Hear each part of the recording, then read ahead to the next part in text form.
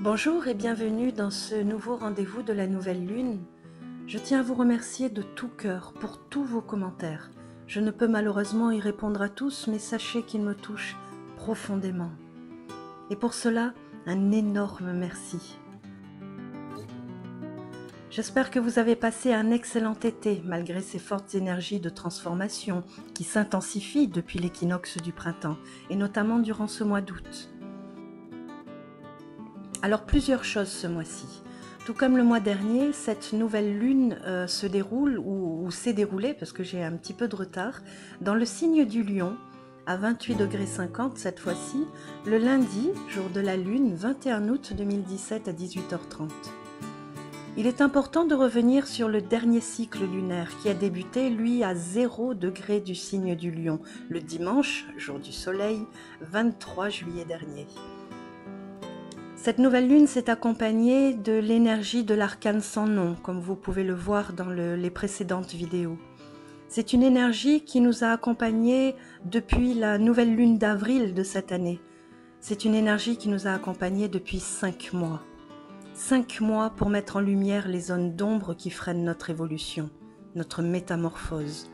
5 mois de turbulence ayant pour objectif d'abandonner nos schémas, nos croyances périmées, croire en ses rêves et lâcher prise. Un départ à zéro suggéré par la nouvelle lune du 23 juillet à 0 degré du Lion, donc. D'ailleurs, le 5 nous renvoie au 5e signe, le Lion. Signe durant lequel nous vivons 2 nouvelles lunes, une pleine lune et 2 éclipses, 5 encore. Dans le tarot, le chiffre 5 représente le pape. S'il est toujours question d'expérimenter dans notre corps de chair, le pape nous ramène à la circulation des énergies. Il nous en enseigne la maîtrise, leur libre passage dans le corps. Car c'est dedans qu'il faut surveiller tout ce qui empêche l'unité, ce qui est nocif, inopportun. 2 de ses doigts pointent son cœur, il nous montre le chemin. Va où ton cœur te porte. Ces 2 doigts évoquent notre dualité, nos batailles intérieures incessantes. En les regardant en toute lucidité, nous les reconnaissons et les acceptons car c'est la seule manière de les apaiser. Le pape nous apprend donc à nous délivrer, à rétablir nos énergies. La libre circulation, la liberté, voire la libération est vitale. Être libre et laisser libre. Le pape est en correspondance avec la lettre hébraïque « E », le souffle.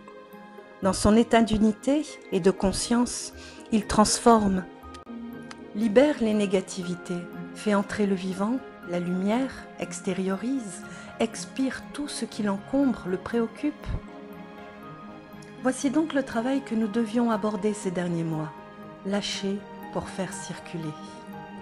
Nous ouvrons aujourd'hui une autre porte, et son pas sage va être puissant. Faire ce pas nous amène à la réalisation de soi. Voici le message de ce cycle lunaire en Lion.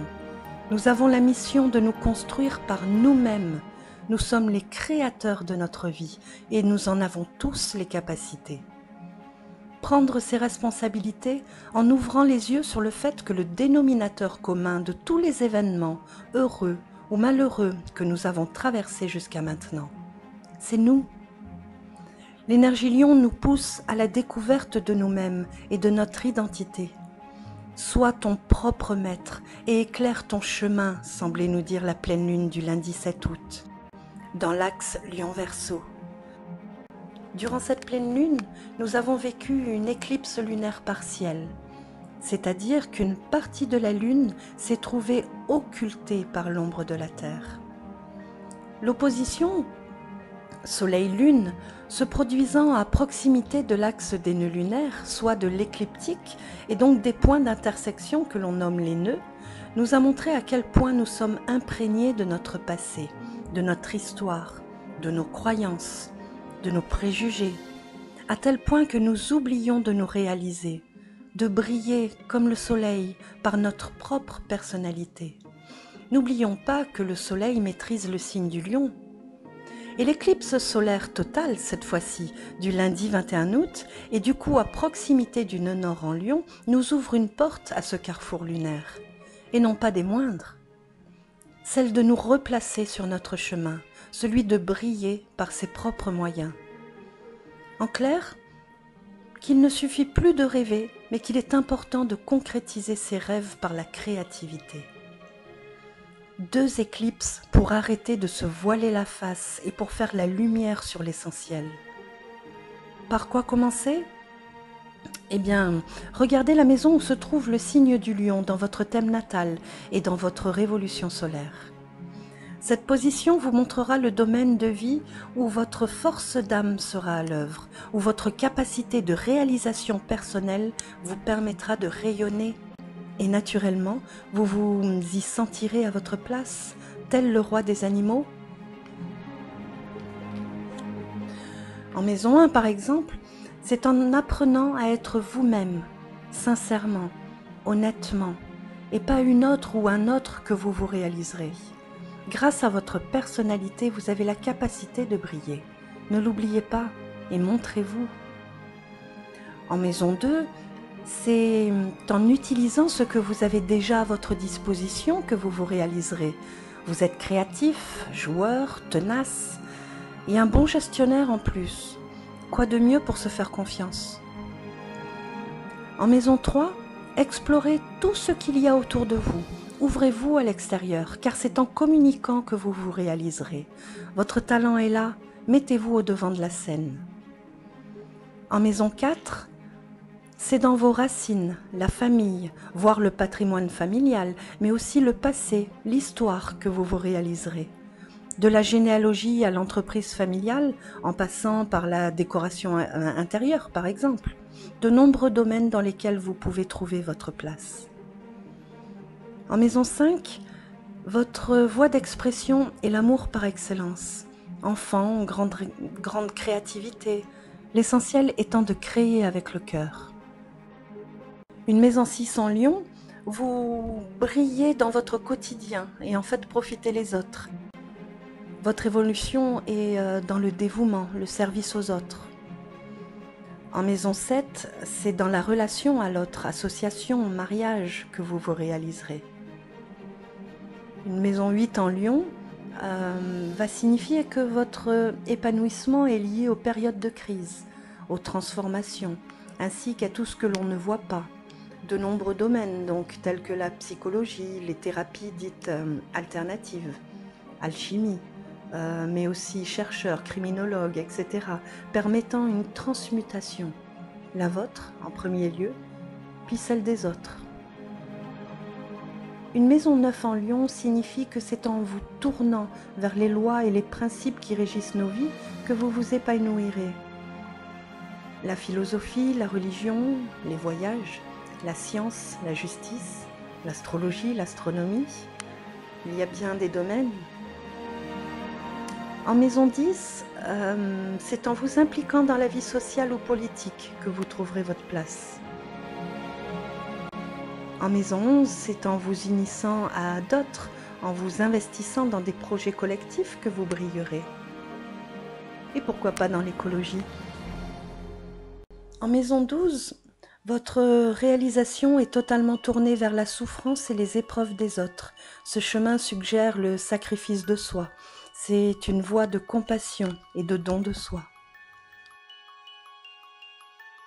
Ce nouveau cycle lunaire, éclipsé donc, débute ce lundi 21 août sous l'énergie du pendu. 2 plus 1 plus 8 pour le mois d'août, plus 1 pour l'année 2017 égale 12. Le pendu ici nous invite à faire ce premier pas pour entrer dans la danse de la vie, la mener, la diriger vers notre destin. Regardez le lien qui retient le pendu. Il n'est même pas noué à sa cheville. Nos blocages, nos peurs ne sont-elles pas réelles ? Est-ce que ce sont elles qui nous bloquent inconsciemment ? Il est retenu par le talon d'Achille, son point faible. À qui ? À quoi sommes-nous trop attachés ? Il est retenu au niveau de l'astragale, lorsque nous sollicitons, lorsque nous faisons un pas. Sont ces attaches inconscientes qui nous empêchent d'avancer? Le lien qui le retient est noué sous le 2. Avons-nous peur du regard de l'autre? Avons-nous perdu de vue qui nous sommes au profit de ce que les autres veulent de nous? Qu'est-ce qui nous retient encore et nous empêche de faire ce premier pas? C'est dans les domaines où nous sommes les plus liés que la vie va nous éprouver dans les 6 mois à venir. Et si nous résistons, nous ne pourrons avancer. Lâcher prise, mettre de la distance, prendre du recul, voir la situation sous un autre angle, relativiser et se détacher de nos attaches, de nos jeux de rôle et de nos conditionnements auxquels nous sommes appelés à ne plus nous identifier. Nous libérer de nos fidélités familiales, de nos mémoires ancestrales et ne plus nous perdre dans les personnages que les autres nous ont imposés ou que nous avons mis en scène nous-mêmes, dans ce grand théâtre de la vie où nous sommes à la fois acteurs, spectateurs et metteurs en scène. D'ailleurs, cette nouvelle lune est opposée au nœud sud et quinconce à Chiron. Et comme le pendule le demande, ce premier aspect d'opposition entre la nouvelle lune et le nœud sud vient là pour nous aider à lâcher tout ce qui ne convient plus dans notre vie, nos anciens schémas ou modes de fonctionnement. C'est par la prise de conscience de nos instincts que l'on pourra transformer notre vie, pour ceux qui le souhaitent, ou en tout cas évoluer. Le fait que cette conjonction solilunaire se produise en opposition au nœud sud amène une valeur positive qui doit émerger de la conscience. En effet, une opposition au nœud sud veut dire automatiquement aussi une conjonction au nœud nord. Dans cet état d'esprit, la nouvelle lune nous montre le chemin à suivre. Les qualités que nous devons accentuer et mettre en œuvre pour réaliser pleinement notre destin. C'est la voie que l'âme s'est donnée pour accomplir son destin. Tout dépend de nous, nous dit le quinconce à Chiron. Allons-nous utiliser cet aspect de 150 degrés comme une boussole, comme nous le suggérerait le trigone, un aspect de 120 degrés? Ou allons-nous subir cet aspect en nous blessant encore et en restant dans la résistance, comme nous le ferions avec une opposition, l'aspect de 180 degrés? D'autant plus que Chiron représente à la fois nos blessures les plus profondes, mais est aussi source de nos plus grandes aspirations de transcendance. Il nous invite à passer à une octave supérieure de conscience et à emprunter notre chemin de guérison. Il est important de noter que Chiron orbite entre Saturne, étant la dernière planète visible à l'œil nu, et Uranus, comme s'il tissait un pont entre le visible et l'invisible, entre le palpable et l'impalpable. En changeant d'angle de vue sur nos vies concrètes et matérielles, comme nous le demande le pendu, sommes-nous en train de nous ouvrir à une autre réalité, à une autre dimension? C'est ce que nous prouve Chiron, tel un messager entre ces deux fonctions planétaires. Et ce n'est pas un hasard si Saturne et Uranus sont actuellement en phase de rétrogradation. D'ailleurs, pas moins de 5 planètes sont actuellement rétrogrades. 5 ? Un hasard ou une synchronicité? Saturne est rétrograde depuis avril, tiens donc, et jusqu'au 25 août. Il reprendra donc sa marche directe dans 4 jours et s'apprêtera à quitter le Sagittaire d'ici la fin de l'année. Il n'y reviendra que dans 28 ans. Saturne en Sagittaire est devenu ces derniers mois notre locomotive, nous amenant à un voyage intérieur. Nous avons entamé avec Saturne rétrograde un grand et long processus de déconditionnement de nos habitudes et de nos peurs. Pendant cette période, nous avons dû apprendre à mêler de l'amour à nos exigences intimes. Il s'agissait de s'aimer soi-même dans toutes ses imperfections, plutôt que de chercher à manifester une attitude parfaite et à exiger la même chose des autres. Uranus, lui, a entamé sa rétrogradation le 3 août dernier, et ce jusqu'au 2 janvier 2018 dans le signe du Bélier. Durant ces 155 jours de rétrogradation, il nous faudra dépasser les limites que nous impose notre mental analytique pour nous ouvrir à la confiance de nos intuitions.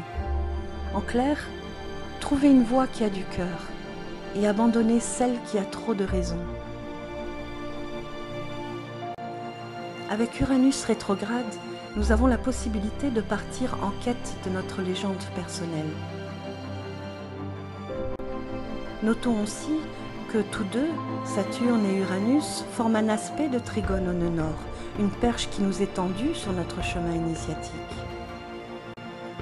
Revenons-en alors au pendu. C'est à mon avis l'arcane de la confiance par excellence. 1 + 2 = 3. L'impératrice qui fait descendre l'esprit dans la matière, c'est la clairvoyance, la vision haute. C'est l'esprit qui peut nous guider et par lequel nous pouvons nous laisser aiguillonner en toute sécurité. Car le pendu, lui, est en lien avec la lettre hébraïque Lamed, l'aiguillon.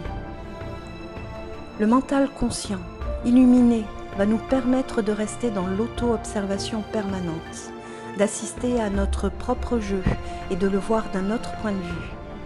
Ainsi, il laissera à l'âme la possibilité d'être aux commandes. En suivant ses énergies, son cœur, son âme, le fil deviendra alors racine et la jambe croisée du pendu deviendra celle du personnage de la lame de l'accomplissement, le monde. Entrons dans cette danse, réalisons notre destin, notre créativité, et le ciel ce mois-ci va nous y aider. Ce mois va certainement apporter des tournants décisifs pour beaucoup d'entre nous et dont les résultats se feront déjà ressentir dans les 4 mois suivants. Grâce à une alliance très positive entre Mars en Lion, Jupiter en Balance et Saturne en Sagittaire, le temps de l'action est venu. Mars en Lion est sextile à Jupiter en Balance et nous promet que toutes nos initiatives personnelles trouveront un dénouement heureux. Jupiter en Balance est lui-même en sextile à Saturne en Sagittaire. La planète de l'expansion et celle de la stabilité sont reliées harmonieusement et procurent dans nos transformations de vie une grande stabilité et une pérennité. Concrètement, l'harmonie entre Jupiter et Saturne peut se traduire par une stabilité de plusieurs années dans un même emploi, une sécurité matérielle ou affective. C'est donc le moment d'un nouveau départ, comme peut le représenter toutes les nouvelles lunes, mais celle-ci forme un trigone exact à Uranus en Bélier. Uranus est la planète des changements, des grands bouleversements. Si donc vous souhaitez changer quelque chose dans votre vie, c'est le moment. Vers 20h30, la Lune est entrée dans le signe de la Vierge et rejoindra Mercure qui est en phase lui aussi de rétrogradation et en plus de cela dans un signe qu'il domine. Opposé à lui, un Neptune rétrograde lui-même en domicile, ce qui risque d'impacter fortement notre façon de penser. On peut abandonner certains projets car trop utopiques, par exemple, où l'on peut découvrir certains mensonges ou le véritable visage d'une personne que l'on avait idéalisée jusque-là. Mais nous le vivrons comme une dissolution, une purification de toutes nos tensions subconscientes. Alors comme un enfant, connectez-vous à vos rêves et osez.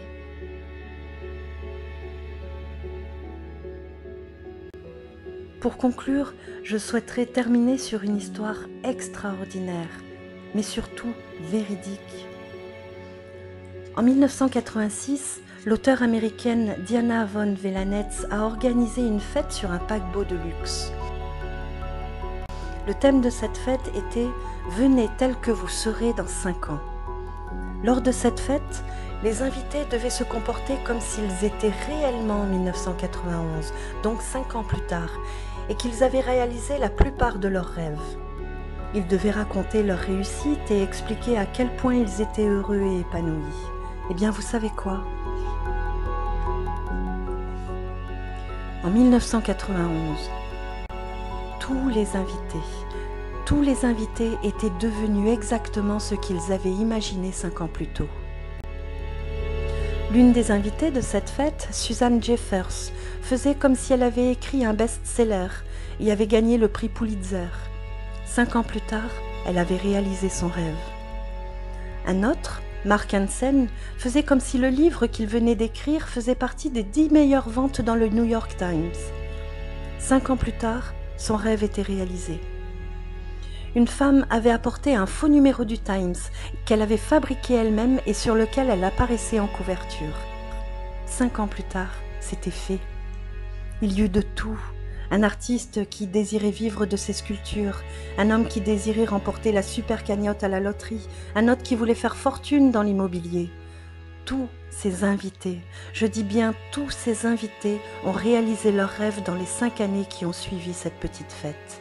Extraordinaire, n'est-ce pas?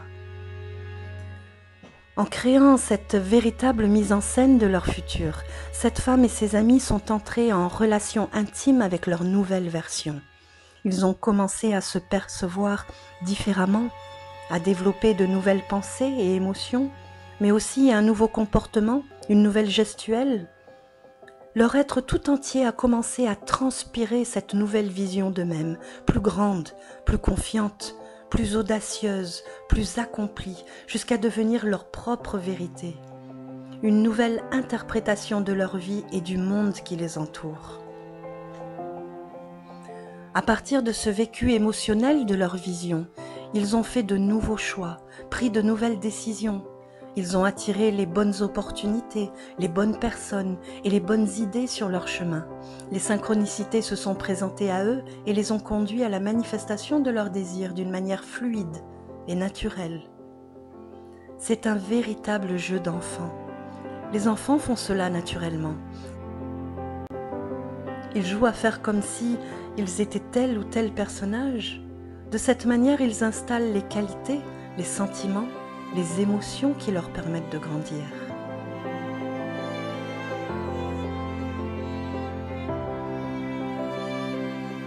À nous de jouer maintenant. Voici mon intention.